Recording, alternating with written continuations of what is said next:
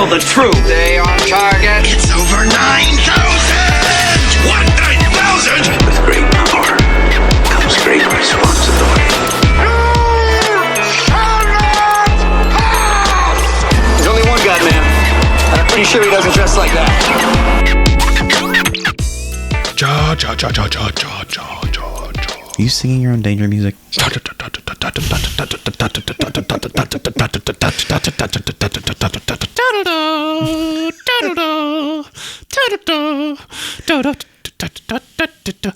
Hello, everyone, and welcome back. It's fall, y'all, and there's a good chance that for the students among us listening to this, you're on fall break. You're getting a nice In break. From honor class. of fall break, we decided to bring the school to you. to you, Monsters University style. Amen. So we're going to call ourselves the Phi Omega Phi House, Otherwise known as POP. otherwise known as Pop Culture Redemption. Redemption. And it's just a fraternity today because we don't have Priscilla or Mallory on today. Our sorority sisters are not joining us. They're not. This is not a frat party. It's just the frat house. It's just a frat house. It's the Mojo Dojo Casa House. I think this is one of Jake's favorite movies.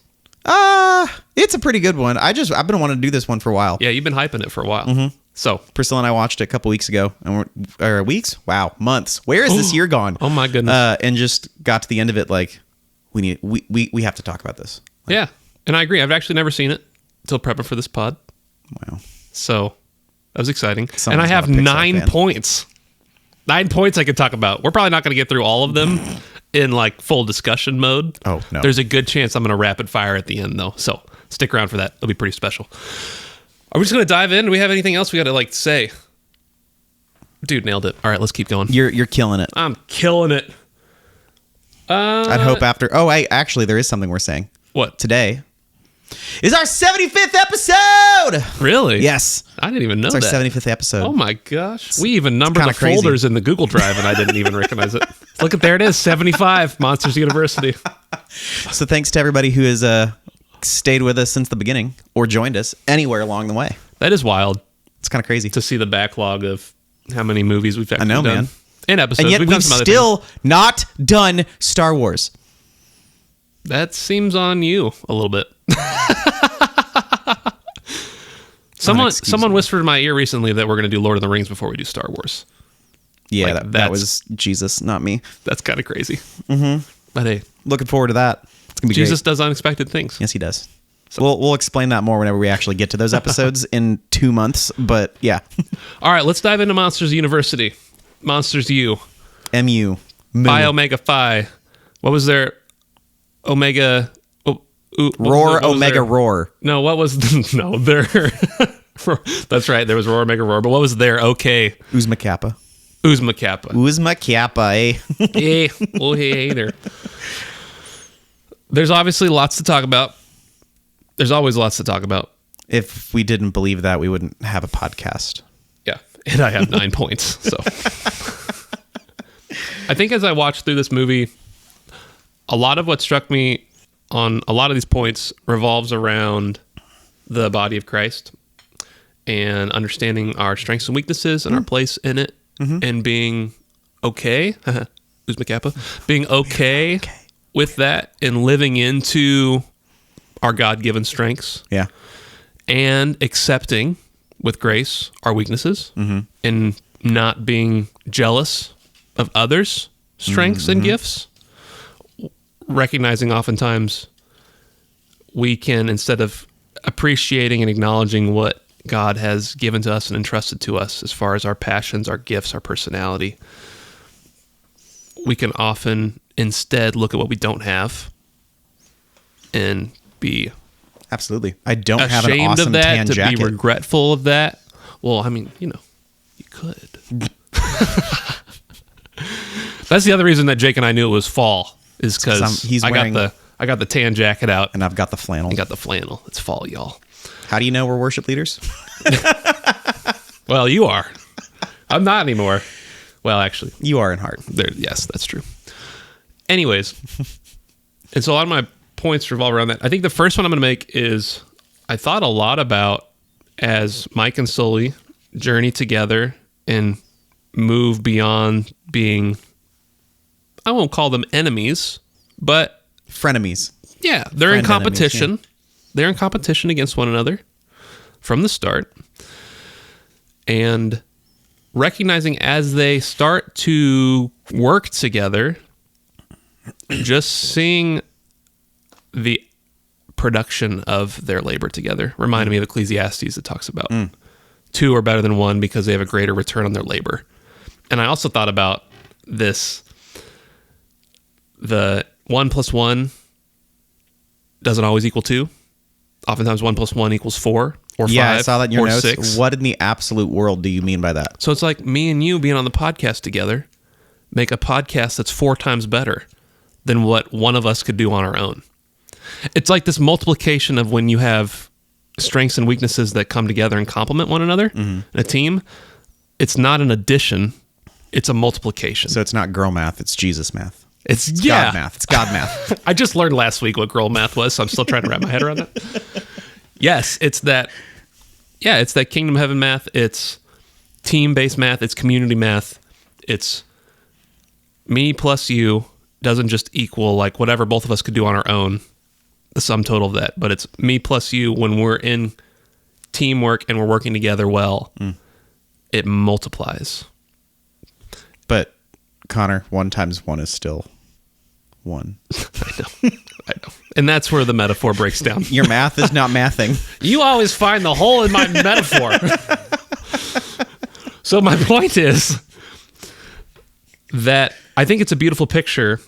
You see it happen in the movie of what they're able to accomplish together. They're able to accomplish something that no one else has ever accomplished at the end by filling the most scream cans ever. Scaring adults. Like the professor at the beginning was celebrating her 1 scream can. She's like, this is a record scream can. And then when they worked together, they filled a whole room. And blew up the door. Which was way more than either one of them could have done on their own. Yeah. Yeah. That's my point. It's a good point. Boom. Point made. Well, it wasn't just, ooh, that has me thinking now. Because, there was a moment, too, where they were starting to work together, but they weren't being honest with each other. Yep. So, yeah, they still, if you think about it, at the last Scare Games, Mike Wazowski got the record high. But it's because, Sully was cheating. But I don't think they would have been able to actually accomplish any of that if they weren't just honest with each other. There's a not just accepting our strengths, but we have to accept our weaknesses. Yep. Sully had to accept that he don't know what to do, and Mike needed to accept he ain't scary. Right. But it's through our weaknesses Christ is made strong. Right. Yeah. Yeah, and then we're not in competition with one another because we're not trying to fight for our value or worth. Ooh, I'm sorry. Say that again. And we're not in competition with one another, right? Because then we don't have to fight for our self-worth, our sense of dignity, our sense of value, all those kinds of things, because we recognize our strengths are from God and our weaknesses make Christ's power known, and Christ's power is made perfect, in our weaknesses. Either way, God's glorified. Yeah. When we approach it with the humility that we need to. So when we're insecure about our weaknesses, as we see Mike and Sully work through in this movie, then we view every moment that those weaknesses are made known as we are defensive and we fight it and we respond negatively because It's I don't know attacking if our wounded identity. is right, but it's our attack. It's attacking our sense of self-worth Yeah. and value.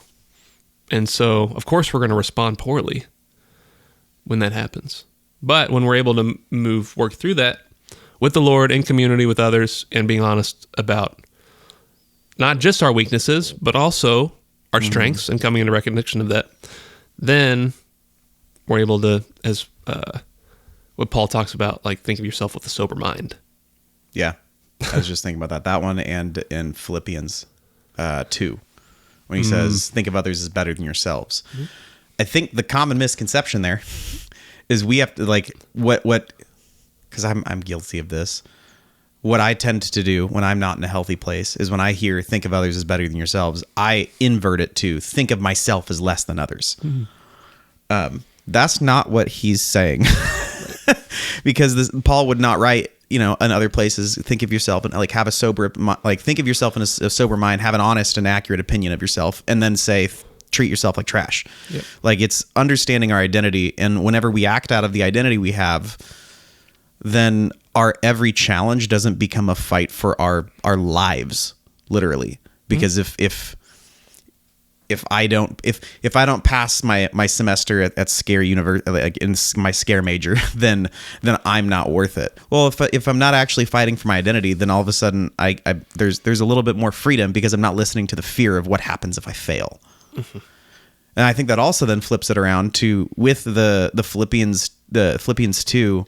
It's not just seeing others as better than yourselves, but it's also like assuming the best about them. There's Judah Smith, he had this book called How's Your Soul? Phenomenal book. The guy's hilarious. But he said 4 words changed the way he sees other people. They didn't mean it.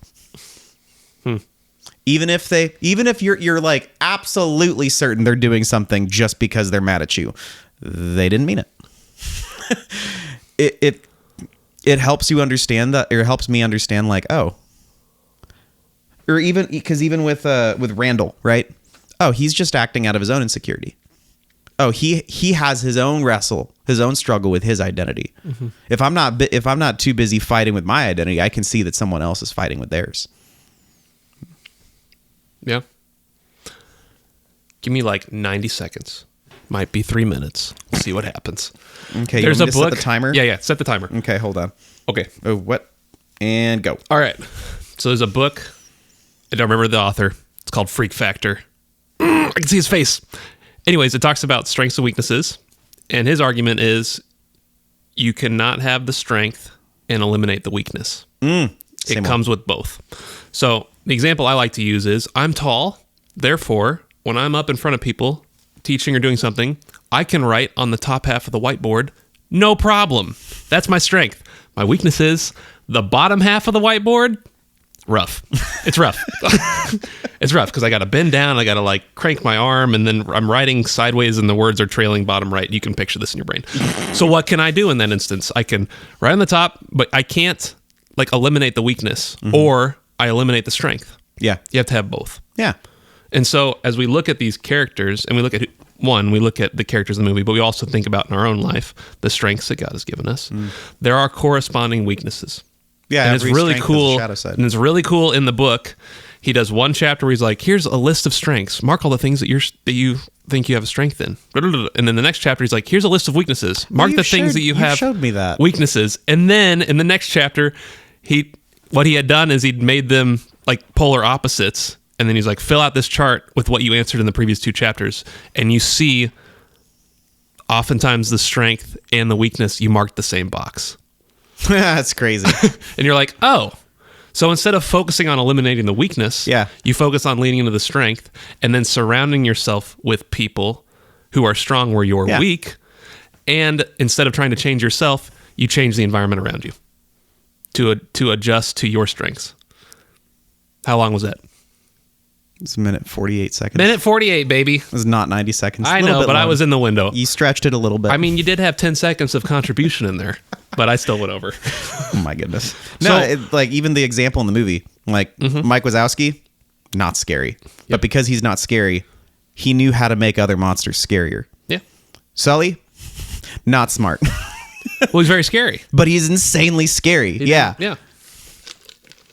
And they wouldn't have been complete without each other, but also they didn't need to focus so much on their weaknesses, just lean into the strength. That's right. It's good. Yep. So there's also, I get on my organizational leadership soapbox. Do it. And talk about. Look, we have an hour Marcus to fill. Buckingham has 9 Lies About Work. He talks about there's no such thing as a well-rounded person. Your best people I can be a little spiky. well-rounded around the waist, but your best people are spiky. They know what they're good at, and they just lean into it, and the work that they're doing or that they're called to do aligns with their strengths and weaknesses. So when you're in an organizational setting and you have someone maybe who's not performing up to what you're hoping they perform, and they're not performing up to what they hope they perform, it's probably because They're not in the area of you've strength. misaligned their strengths and passions with the position. So you either got to try to change the position or you got to try to move them into something else. So, and I think we can think about that in our churches. We can think about that in our families. What are you good at and what are you passionate about? Is that aligning with the work that you're doing? Sometimes you got to do stuff you don't want to do. We accept that. I'm not saying that that's not Right. the case. But the more that you can align your God-given strengths and passions with the work, it's like, what is that, Dietrich Bonhoeffer, or is it somebody else that talks about oftentimes your calling is where your gifts and passions meet the world's greatest need? What is that quote? Who I does think that that's quote? Pete Scazzaro. I don't know who says that. Somebody I'm said pretty it, sure not it's me. Pete Scazzaro. It's your passions, like your calling is met in between your passions and your limitations. Yeah, somebody can comment who actually said that, but Ryan Mackey, we know you're listening, so let us know. I think that's a similar concept. And so we can become discouraged at work, we can become discouraged in church, we can become discouraged because we have this picture of, ideally I would be this position or this person if Right. I was, I would be wanting to do this. And the reality is I don't know what that is, but I think oftentimes it could be jealousy, it could be envy, but it could also be, that's just how we've been taught or modeled. Yeah, it's image. A good Christian does this, or a strong believer will be on the leadership team or teach Sunday school or blah, blah, blah, blah, blah, be on worship teams or, insert whatever, quote unquote, a good Christian will be doing if you're following Jesus and maturing. And it's like, well, yes, there's certain things, but the roles, the specific way that it looks Yeah. isn't that way. You have to really come to understand with God who he's made you to be and celebrate that because he's made you that way for a reason, and figure out, okay, what's the place where this gifting Yeah. accomplishes the mission, the kingdom of God. I get to love God, love others, and I'm really fired up about doing it. Oftentimes we're burnt out in life and in church because we're doing things. We might be doing too much, but oftentimes it's because we're doing things that we're not actually good at or passionate about doing. We just think we should be doing it. What do you think's the fear getting in the way of that? Not good enough. What gets in the way of that in your own life? Of what? Feeling like I'm not good enough? No, I had this fully fleshed out in my head, and then I forgot. Don't you it. love it when that happens? Dang it, brain. I just get this sense that maybe I just don't need to ask a question. Maybe I just need to talk. There you go. So I get the sense sometimes that what can keep us from like actually leaning into our strengths is thinking that we won't be provided for whenever we just let go of something. Or it's the idea of I have to be able to provide everything. I'm a homeowner, so I've got to be able to fix my house. To those who don't know, I can't even hang things up on the wall without help. I'll put 20 holes in the wall just to put up a picture. Just recognizing that, I'm a homeowner. I'm supposed to be able to do this. No. There is like you said with the Pete Scazzaro quote, there is a beauty to actually recognizing our passions and our limits. John Mark Comer used the analogy of we are breath. We are made of the breath of God. That's right. But we are also made from dust.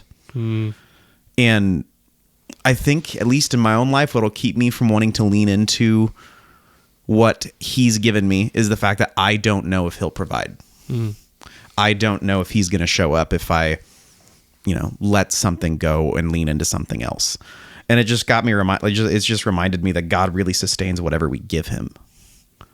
It's the, and I was actually thinking about this earlier because we've been going back and forth a lot because Pastor said it a couple times on Sunday about the Israelites calling themselves grasshoppers, right? So Mike Wazowski's calling himself, I have to be a scary monster. These Israelites are saying we cannot, these guys are giants. We are grasshoppers. We can't do it. And God said, bet you're going to start wandering and I will sustain you the entire time. They gave him where they were at and what they believed at the time, which is, we can't do it. And God said, okay, I will sustain you until you're ready to believe something else. And the entire 40 years that they were wandering, he fed them. He clothed them. Their clothes did not wither. Their shoes did not wear out. Like, God still sustained everything that they needed, even though they were actively wandering from God. Yeah. So I think some of the times we can be our own limit. Oh, for sure. We can be our own barrier from being able to be spiky people, because I'm a homeowner. I should be able to hang something up. Listen, last time I tried hanging something up, it did not go well. I started getting really ticked off. Priscilla ended up having to come in and do it for me. It was a great time. Yep. It's a great time. Connor got to watch all of it in the other room. Can I give you a cheat code? Yes. Actually, let me give the people. Wait, I don't know. A cheat code. If like this is academic. This is for a college, like a university. We can't do cheating. Like, That's true. Here's But your this is a AI frat code. house, so- Here's your AI code. 'Cause- oh wait, we won't go down that rabbit. So if you want a good idea of the things you're doing that you don't really want to do and that you're probably not gifted at doing, list all the things that you procrastinate. okay, that's not fair for me. I procrastinate a lot of stuff, but that's also because of ADHD. I'm just telling you. The things that you procrastinate doing are oftentimes the things you don't want to do, and you don't want to do them because you don't enjoy doing them. And you're not good at doing them, and so you push them off. I don't procrastinate the things that I want to do and that I'm good at. I don't procrastinate like doing this pod and like coming up with ideas for this. Right. Because I love this. Right. Yeah. Well, But I'll procrastinate a hard conversation. Straight up. can I tweak that just a little bit? You can if you want. You can definitely like untweak if you need to. You can offer the Jake version. Okay. There you go. Because speaking as somebody with ADHD, like, there are things I like doing that I will still procrastinate. There are things that I want to do that I can still procrastinate. Like, Lord's been leading me into wanting to actually like work on writing again, not just for music, but like I published a book in high school. It didn't go well, and I just wrote it off since then. So I think sometimes our own physical limitations can get in the way, but I wonder if we would also procrastinate because we're believing a lie. Mm-hmm. Not necessarily that just because I'm procrastinating trying to outline or writing like a book project does not mean that I'm not good at it or I don't like it. It just means that I'm believing something that's not true. I'm believing that this is going to be too hard, that I don't know what I'm doing. This didn't work last time. Like I feel like writing a list of things you're procrastinating will either show what you're believing or what you're not good at. But That's my tweet. that's fine. Okay, cool. can Like, tweak you're it. right, and I'm not necessarily right or wrong. it's fair. Jesus is right, so he's always right. He's always right. I can always Sunday school you. I think there's a conversation about Randall that is He just needs to start Important. wearing glasses again, honestly, or just contacts. Come on. because you see him, obviously he has a tremendous amount of insecurities, but so do Mike and Sully. You just see the different paths that happen Yeah. in this, because Randall is probably the most scare talented Oh, absolutely. out of the three of them. And how does that happen? Because he runs into Mike and he turns invisible and he apologizes for it. And Mike's like, no, actually, that's probably the best part. It's probably your strongest like scare tactic. Yeah, just is get contacts. Get rid of the glasses. And he does that. And instead of continuing to process with Mike and accept like his strengths as what they are and lean into them Right. and appreciate them, he is still tremendously insecure, but is the one that actually gets invited into the Roar Omega Roar. that's right, that fraternity. So he gets in, and everybody says, hey, don't ruin this for me, right? As he's like running towards them. And then at the end, he's insecure. He goes into the scare trial and he loses the head-to-head. And instead of responding in That's the last time I lose humility, to you, Sullivan. right? Yeah. Where because we can respond to humiliation in two ways. We can either harden our hearts and get more defensive, or we can be humble and learn and grow from them. He hardens his heart more, pushes him more into that, and then you can see how he becomes the villain that the original Monsters Inc. Portrays him to be. And I think what you talked about a little bit earlier, it shows us we have a lot more room for compassion for Randall and the villain that he is in the first movie, because we see how he got there and we go, yeah, that makes sense. I don't agree with a lot of his choices, but that makes sense. I can see in my own life how I've made similar decisions or responded in similar ways. And all of a sudden he becomes very relatable. Mm-hmm. And I think we can recognize in that relatability that the people we write off in our life as bad, evil, those politicians, those people on that side of that issue, those people on TV, those people, right? That we go, evil, bad, write them off. Hopefully it encourages us to have a little bit more grace and compassion and loving kindness towards those people. Knowing that there's a long road to get there. Yeah. And they're human like you're human, and we're human. So Well, I think that's really the heart of it. Because I'm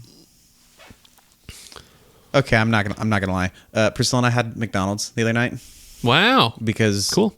we were both We were both the needed, Petkers. we both wanted what we call stupid food, which now that I'm diabetic is stupidest food, stupider food, the most stupid food. Did you get those chicken nuggies? Absolutely, kind of. They messed up our order essentially. Oh. Because and I didn't realize this. Like, we did a whole thing. We did rock paper scissors. Priscilla lost, so she had to go pick up the food. It was a great time. But when she got there, the line in the drive-thru was like all the way out the parking lot. They were just slammed, and they. Do I need to say how many nuggets we actually got? Because that's going to make me sound really fat. Listen, We got 40. no stones. No stones. My palms are open. No stones in my hands, Jake. We got 40 nuggets, but we ordered 40 nuggets, but only got 20. Oh, dang. Right? Dang. Right? Uncalled for. Anyways, so then she got back. We recognized that we did not get the full order, and then we drove back because we paid for it. Yep. This is a common story. This happens all the time, everywhere you go. But walking into the lobby and seeing everybody just treat these people working at minimum wage who are slammed, and they're treating them like they're less than human. Yeah. Yep. I think the first step is recognizing everybody's human. Yeah. And if we can't get to that point,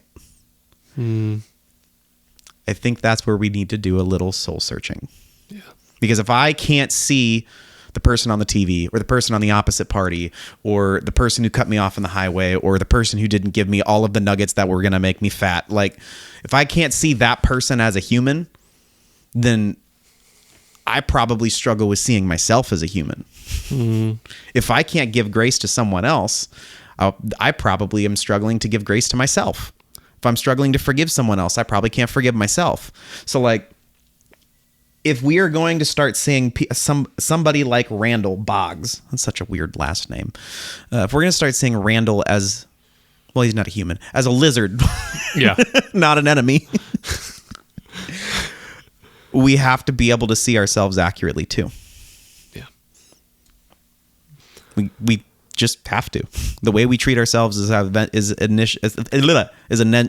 goodness gracious, is basically how we treat other people. Yeah.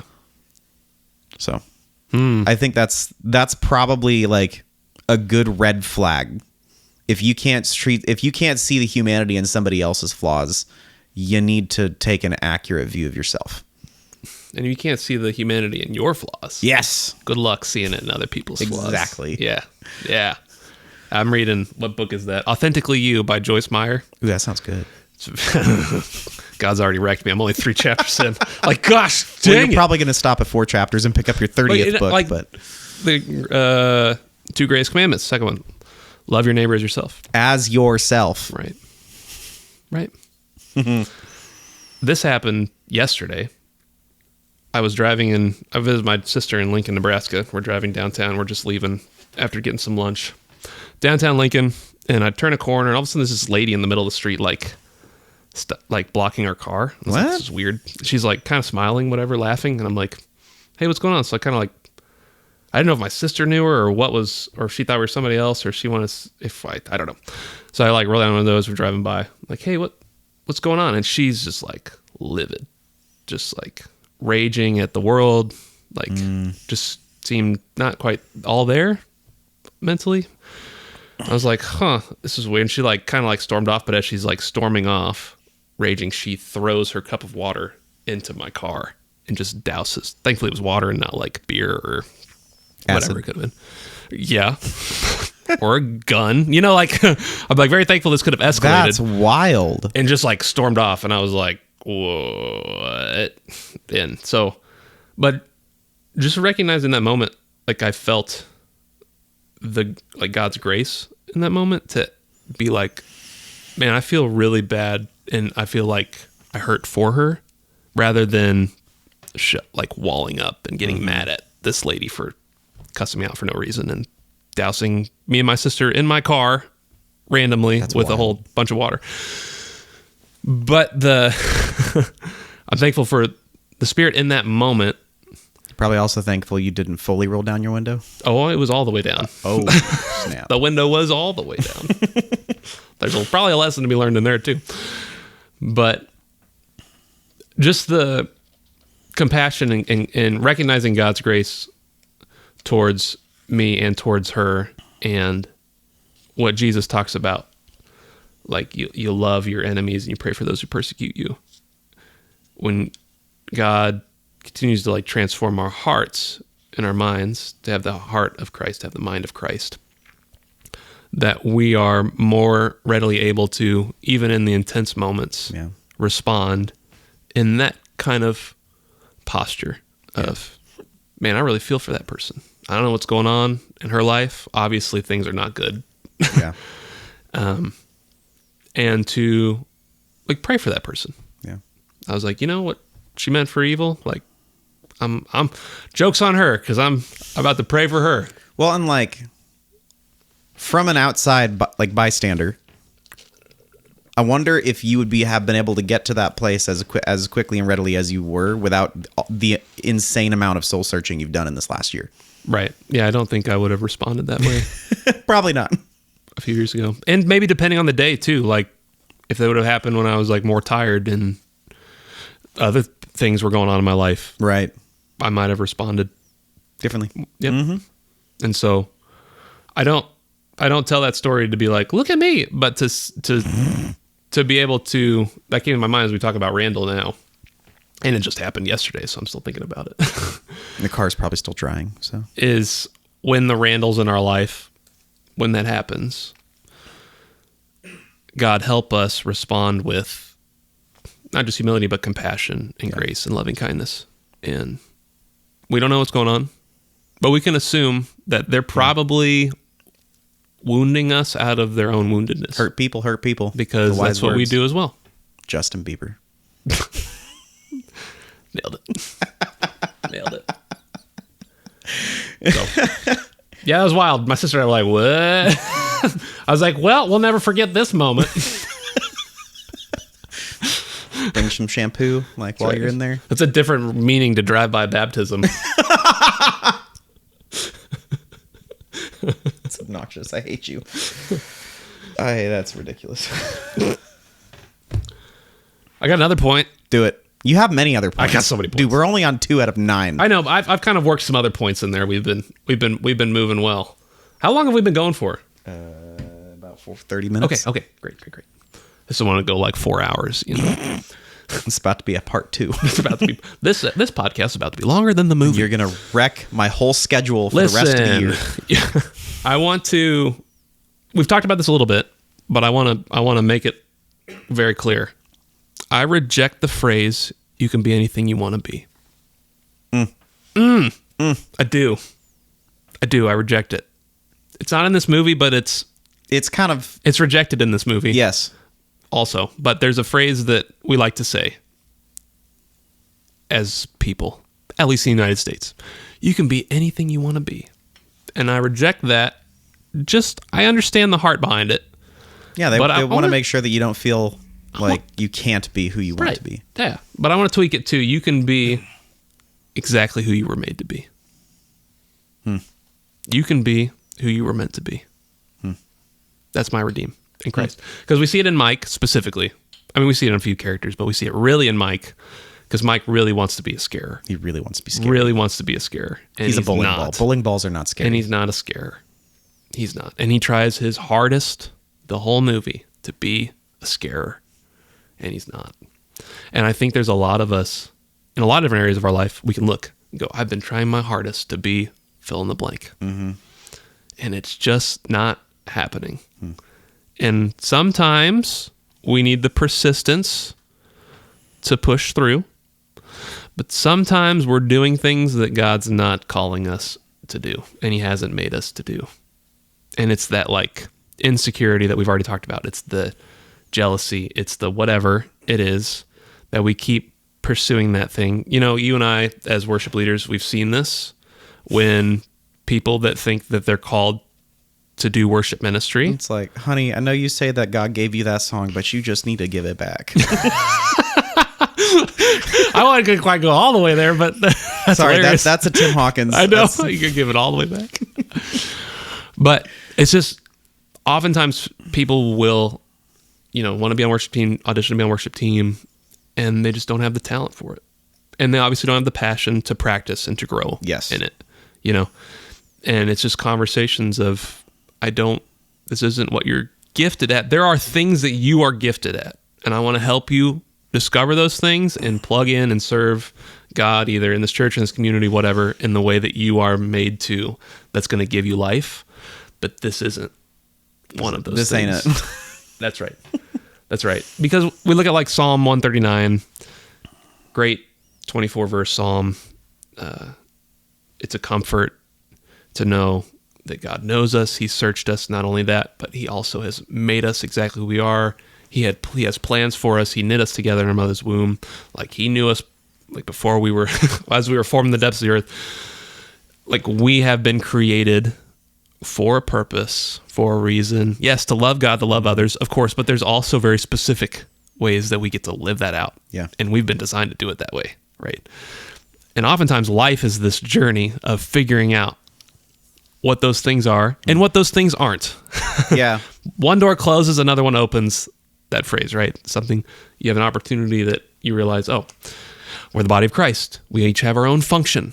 Like that's very biblically based reality that no, we can't be whatever we want to be in the essence of like our plans, our desires, our all that kind of stuff. But we can be exactly who God has made us to be. And when we do that, that's good. Like we experience more joy. We experience more freedom. Yeah. We experience more passion and more purpose. It's not like, I didn't get to be on, in this example, the worship team. Oh, my life is over. I don't know where to serve. That kind of stuff. And we get defeated and deflated and what's the point? But it's an opportunity to say, here's a story. My sophomore year of high school, I was trying out for the basketball team. I always played basketball growing up. Loved playing basketball. I'm a good basketball player. I'm a good athlete. You're just tall. I'm not yeah, that helps. It doesn't hurt. It doesn't hurt. And I was auditioning. There you go. Music. I was trying out for basketball team and I got cut. Closed door. And it hurt because basketball was a big part of my life up until that point. And it was hard to walk through that. It was a loss. I mourned it. I grieved it. At the time, I thought it was the worst thing in the world when I got cut from the basketball team. Looking back, it's one of the best things that's ever happened to me. Because I invested myself more in music and developing friendships there.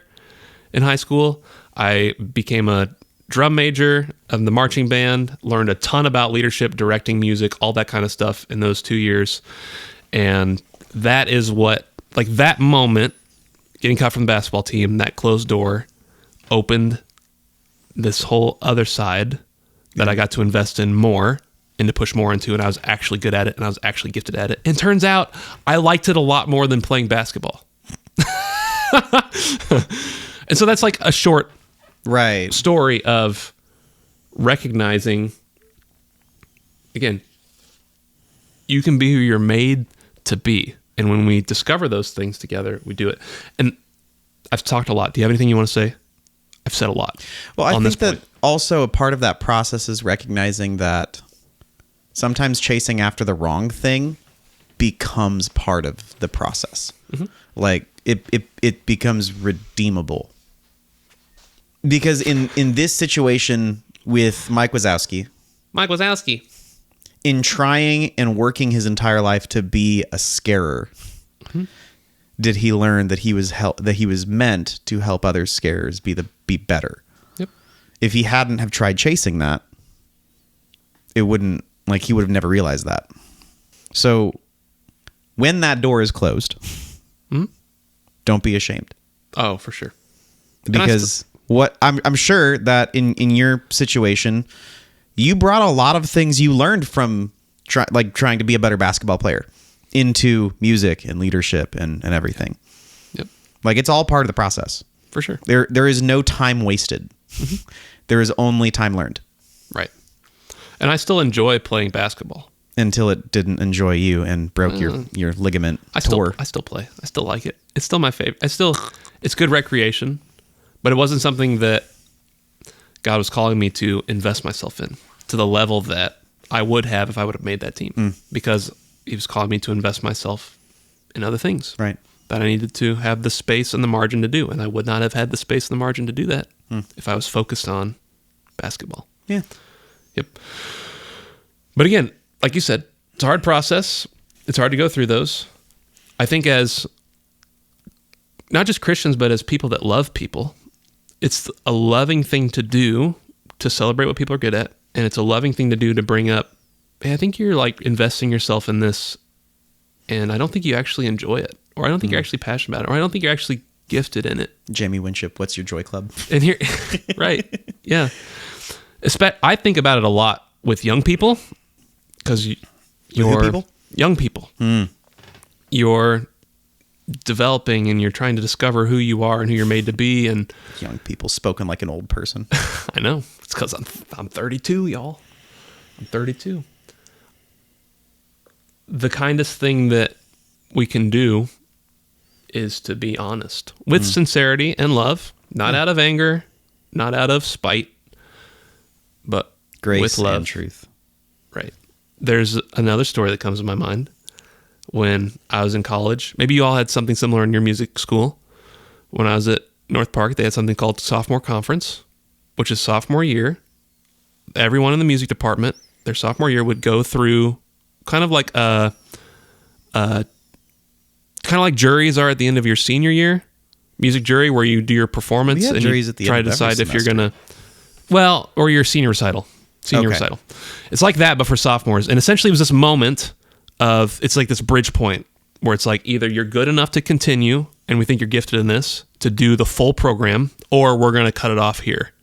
And we're going to say, hey, you're not gifted in this. This isn't actually where we think you need to be. So we're going to stop it now before you pay for 3 more years of school and spend 3 more years trying to chase this thing when you really don't have the talent and the giftings to move forward. And I think it's a great thing. I'm a big fan. We all hated it going through it, but I think it was a great thing. The problem is I didn't feel like the university actually did the job it was supposed to do. They just greenlit everybody, and if you weren't good enough in sophomore conference, then they would kind of be like, all right, you got to like redo it and get here, and then they would kind of just drop the standard to wherever that student was to propel them forward. I thought this is a really important moment to say, yes, you have the talent, the skill, the passion to move forward in whatever your craft is here. But it's just as important to tell somebody, hey, we think the world of you, and this is why we're letting you know we don't think you have what it takes. We don't think this is what you're supposed to be doing. We don't think this is actually what you're good at. And we're going to help you find out where that is. And how are we going to do that? By closing this door for you. To our detriment. Because the school doesn't get the money from those students anymore. The school doesn't get that student in seats. The school doesn't get if you stop them at sophomore conferences, but it's legitimately for that student's good. Yeah. And I think things like that, not necessarily structured that way, but the heart of that is really good when done well. Yeah. And when done, period. So that's my point. Well, I went on there for a while, but more things inside of that now I have to add to my notes. I was just thinking. Oftentimes it's because it okay, that's not the right word. Yes, and there is a biblical example of that too. Of Paul in Acts 15 through 18. Because he had he was helping to start the church. He was going from synagogue to synagogue. He was trying to go to Ephesus, but he got the door slammed in his face 3 times. Mm-hmm. And I'm sure in that moment it probably stung. I don't know because I'm not Paul.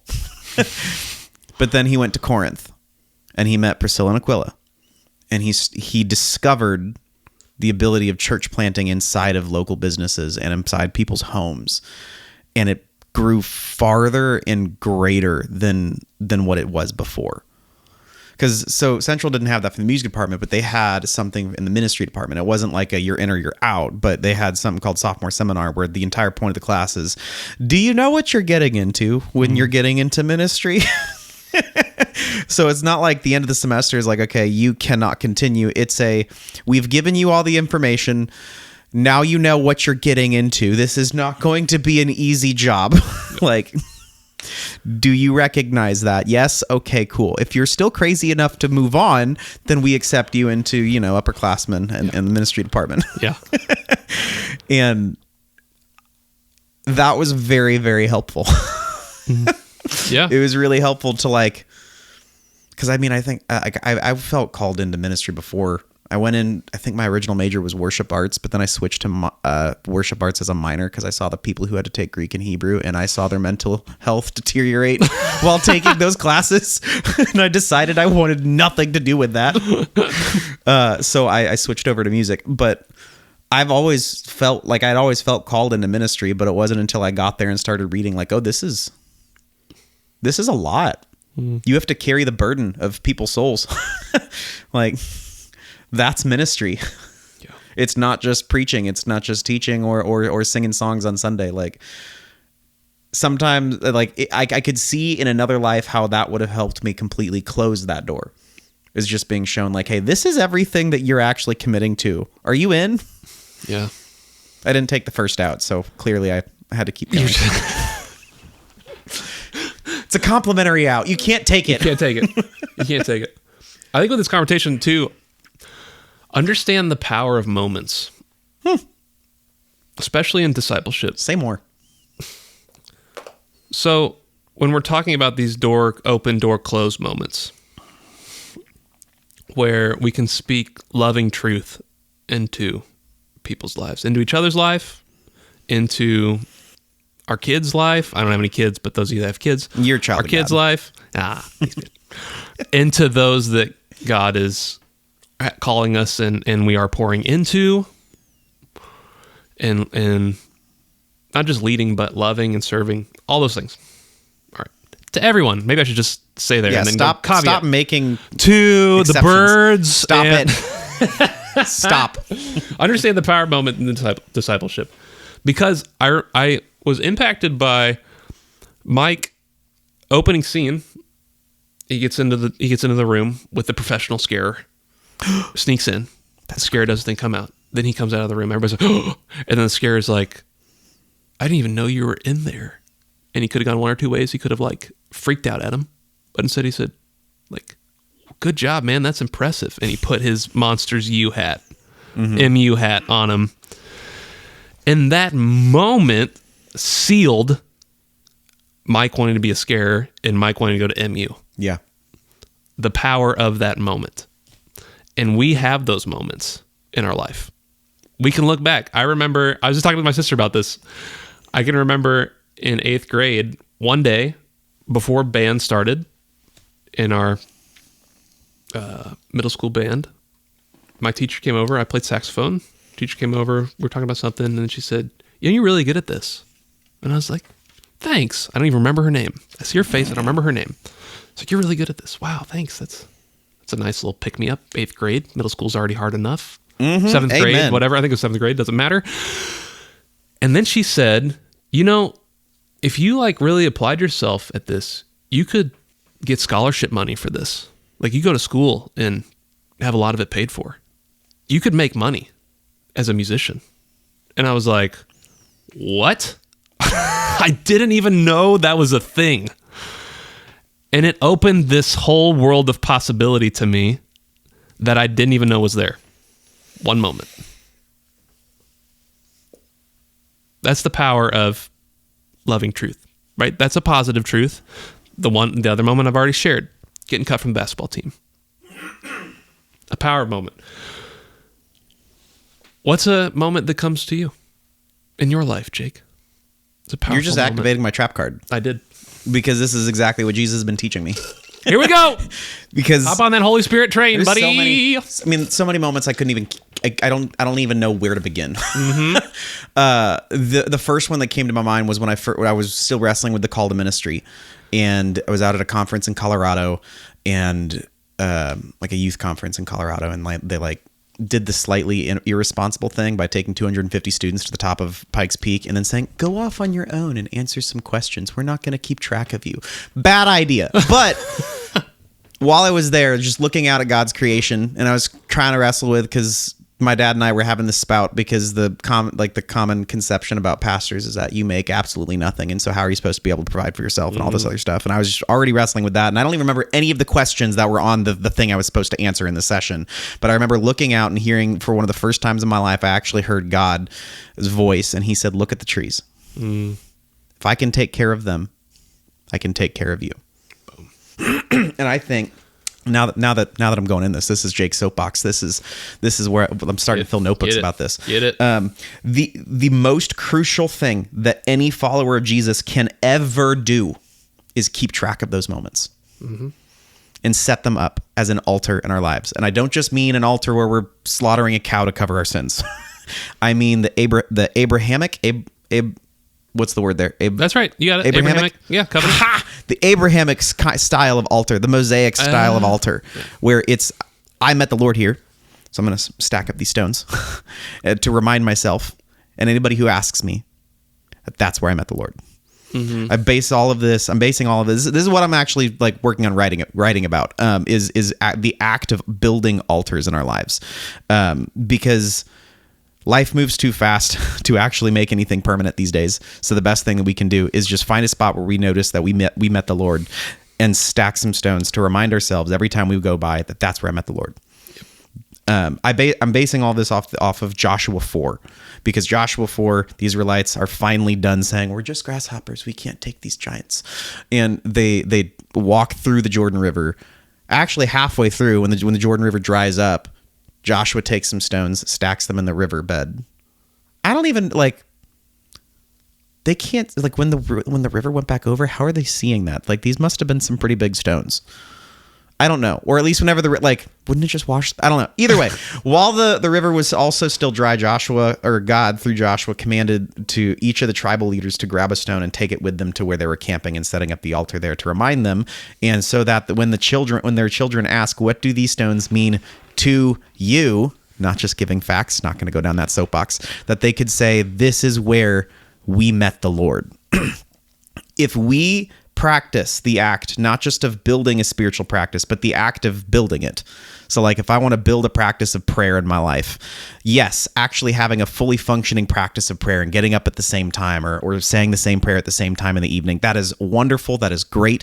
But to me, the spiritual practice underneath the spiritual practice is creating the spiritual practice. If we go through our lives making a monument out of every moment where we meet the Lord, then eventually everywhere we go, we will be reminded of where we've met the Lord. Yeah.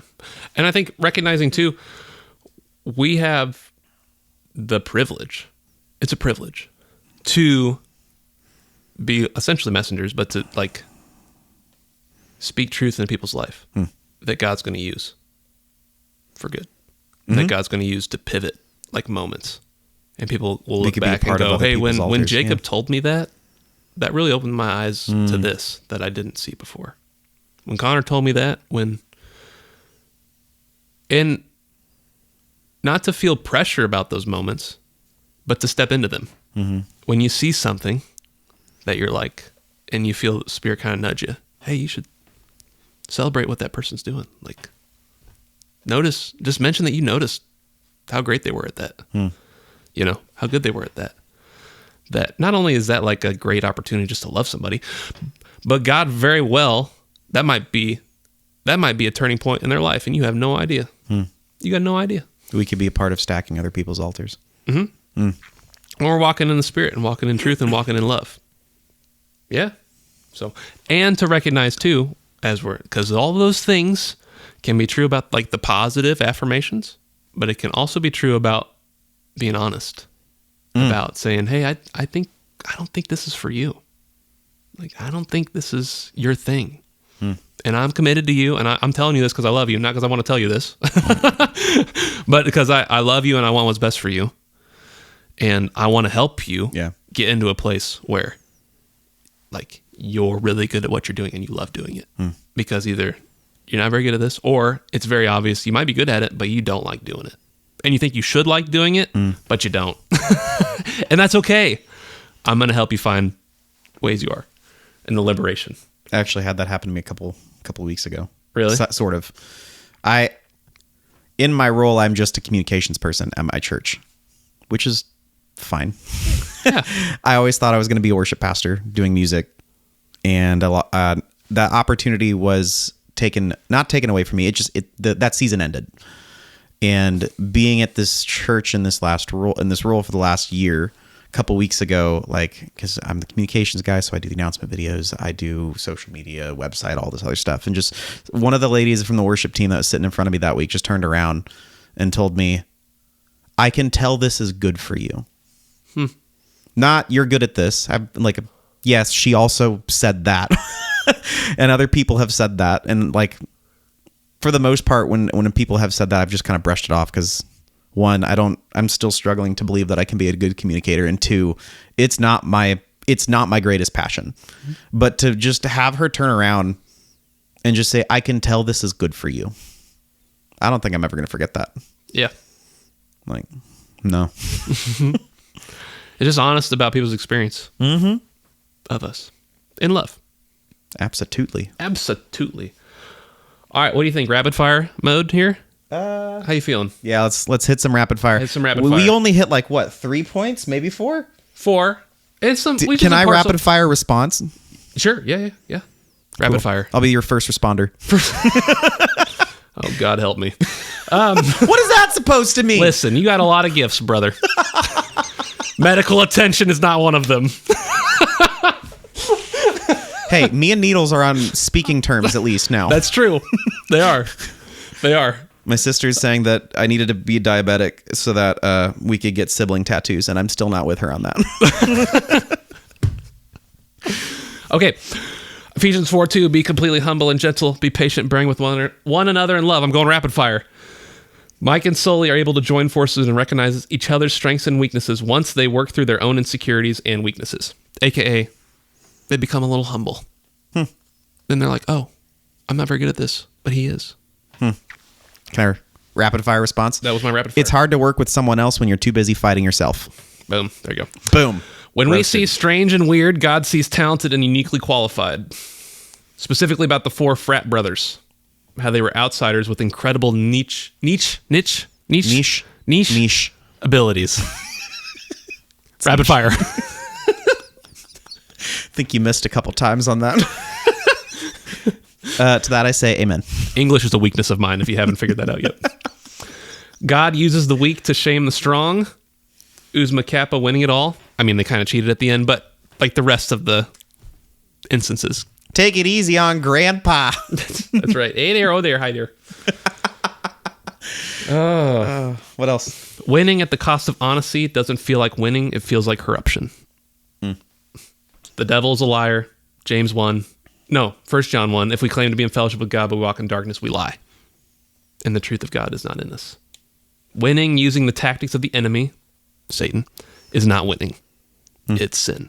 Yep. Well, to that I say, what's your priority there? The goal or the process? Yep.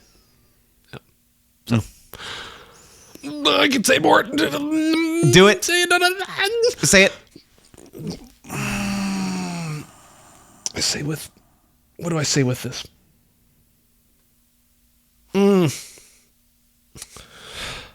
Church.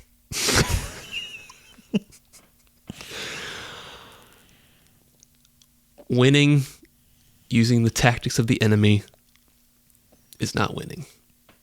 Victory. Are we going there? We're going. Yeah, I said rapid fire, but oh no. There's so many times I see it in myself. I see it in capital C church, in my contexts, that we feel like we have to win by using amplified versions of the tactics that are being used against us. And that's not winning. We just watched a movie, K-Pop Demon Hunter, that said, if I could beat essentially the devil with hate, I would have beat him a long time ago. But you don't fight it with hate. You fight it with love. You don't return violence with violence. You don't return anger with anger. You don't return fear with fear. You don't return hard words with hard words. But with love, grace, and sometimes you just take the L because Jesus took the L for us. And what did that return? Through the power of God, ultimate victory. And that when we're people of the death and resurrection of Jesus, be comfortable with the deaths, because the resurrection will happen. If we're not comfortable with taking L's in culture, in the world, people spitting in our face and us not spitting back, people slapping us in our face, not slapping back, people throwing water at us in their car on a random Friday and not tagging back, like, then there's resurrections that happen. Can I bring us home? Yeah. As we are walking in this Halloween season. Ooh! Hallowed be his name. We're going here too. Yes, there is a big movement of the enemy on a day like Halloween. The world's tactics with something that they're uncomfortable with or that they disagree with is to avoid it or to run away. Why are we afraid of Halloween having where Satan has a little bit of power? Yeah. Why? Why? I'm not saying be stupid. I'm not saying be cautious with your children. Again, I have no children, so I cannot speak to that. That's right. But, and this is the first time I saw something from a not role model. He's the same age. We can't be the role models. A public figure, his response to Halloween, that I just, like, his first response to anything that I finally disagreed with, which is we don't need to run away from Halloween. First of all, Christian holiday. All Hallows Eve, All Saints Day. It's a 3-day thing. Like, Yeah. Bishop Mackey can tell you more about it if you know who he is. But two, why are we afraid of Satan just pretending like he has more power one day a year?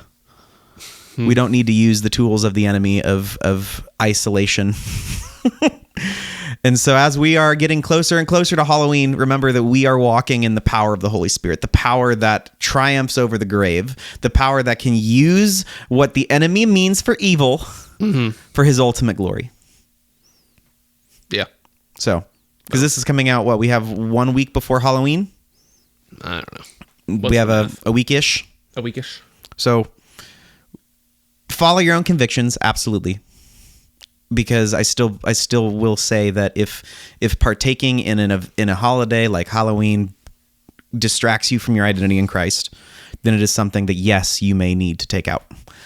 But we got nothing to be afraid of. So we're the scarers here. We're the scarers. I've got one more thing to say. Oh no, I was supposed to bring it home. Okay, you were, and this ties in. Maybe. Pay attention to the chaotic moments of life. So we think about Halloween. We think about hard times. Maybe you're like about that. It says, rejoice, brothers and sisters. Consider it pure joy, brothers and sisters, when you face trials of many kinds, because you know that the testing of your faith produces perseverance. And let perseverance finish its work so that you be fully mature and complete, not lacking anything. Mike, Sully, in this movie, walk through hard things, and it refines them, and it unites them. Right? And I can think about moments in my own life that have been really hard seasons that I've struggled through with people, whether it's tremendous sorrow or tremendous conflict or just a refinement season. And I've walked out of those seasons bonded forever with those people and refined and stronger than I was before. So we can look at those moments. We can look at a movie like this. We can look at those things that make us uncomfortable, and we can run and hide from them. Or we can rejoice and consider it pure joy when we face trials and step into it with perseverance, knowing that God's refining us through it. And he's bringing us together. So you're saying the Christian faith isn't supposed to be safe? Nope. That's crazy. Yeah. Radical. It's one of my favorite quotes ever. C.S. Lewis, Chronicles of Narnia. Lucy is asking about this lion that Mr. Beaver is telling her about. Is he safe? Is Aslan. He's the king. Is he safe? Of course he isn't safe, but he's good. He's the king. If your definition of safe, it depends on your definition of safe, but we won't go there. That's a great place to end. I'm ruining it. Soiled it. I'm talking too much. You threw off his groove. I always give 20%. Sorry, Mr. Sullivan. I always give 20% too much. You learn to stop talking. Oh, is that it? I don't know. Okay. Bye-bye.